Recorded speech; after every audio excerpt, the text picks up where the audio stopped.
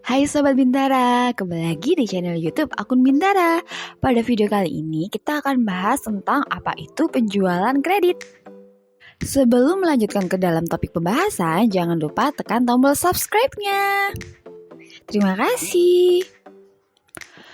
Sebelumnya, apakah Sobat Bintara sudah tahu apa bedanya penjualan tunai dan penjualan kredit?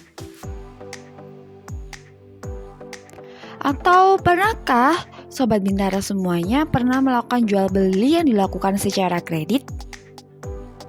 Penjualan tunai adalah penjualan yang bersifat cash and carry, pada umumnya terjadi secara kontan. Transaksi penjualan tunai dikatakan telah terlaksana apabila perusahaan telah menerima pembayaran dari pelanggan atas barang atau jasa yang kemudian akan diserahkan oleh perusahaan kepada pelanggan. Dalam penjualan tunai, penjual mewajibkan pembeli untuk melakukan pembayaran barang atau jasa terlebih dahulu sebelum barang diserahkan kepada pembeli. Berbeda dengan penjualan tunai, penjualan kredit dilakukan dengan cara menjual menyerahkan barang terlebih dahulu kepada pembeli dan pembayaran dilakukan beberapa waktu kemudian sesuai kesepakatan keduanya. Penjualan secara kredit dilakukan perusahaan untuk menghadapi persaingan dengan perusahaan lain. Lalu, sumber dokumen apa ya yang bisa dijadikan sebagai bukti transaksi untuk melakukan pencatatan secara kredit?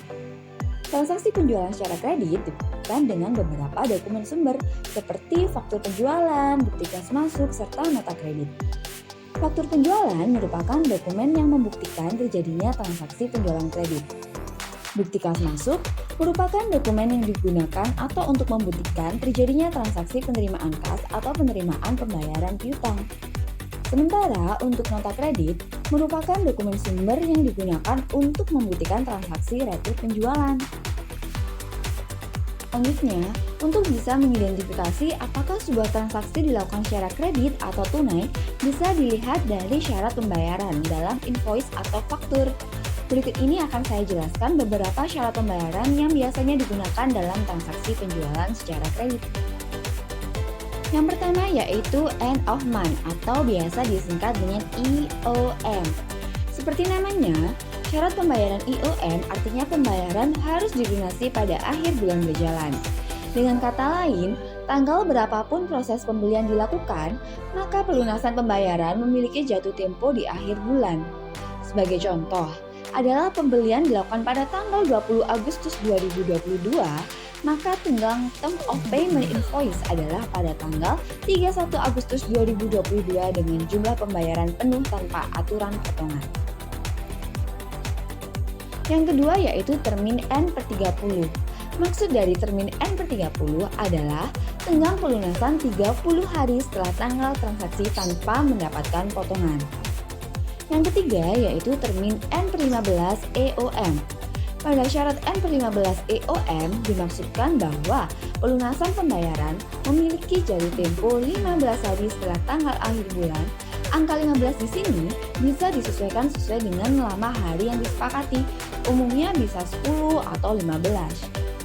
Syarat dari N/15 EOM juga tidak berlaku sistem potongan tunai jika pembayaran dilakukan sebelum jatuh tempo. Yang keempat yaitu termin 2/10 N30. Syarat pembayaran 2/10 N30 cukup sering digunakan. 2/10 menunjukkan apabila terjadi pembayaran setelah 10 hari transaksi, maka akan mendapatkan potongan sebesar 2%. Sementara N/30 menunjukkan tenggang pembayaran atau pelunasan adalah 30 hari sejak transaksi. Dan yang terakhir adalah termin 5/10 EOM. Syarat pembayaran ini hampir sama dengan 2/10 N30, di mana 5/10 menunjukkan apabila terjadi pembayaran setelah 10 hari transaksi, maka akan mendapatkan potongan sebesar 5%.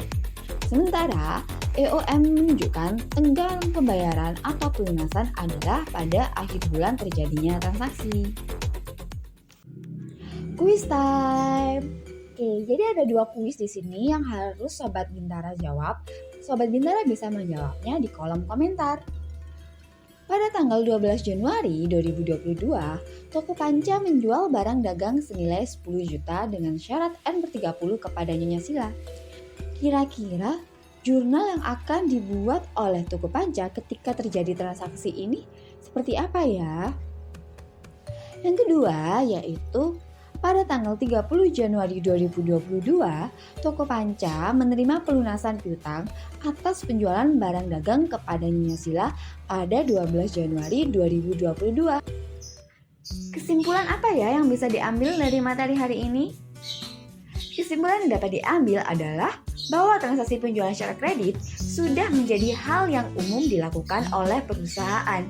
Alasannya adalah karena dengan perusahaan memberikan fasilitas penjualan secara kredit, maka akan dapat meningkatkan volume penjualan yang secara tidak langsung berpengaruh terhadap peningkatan dan perolehan laba.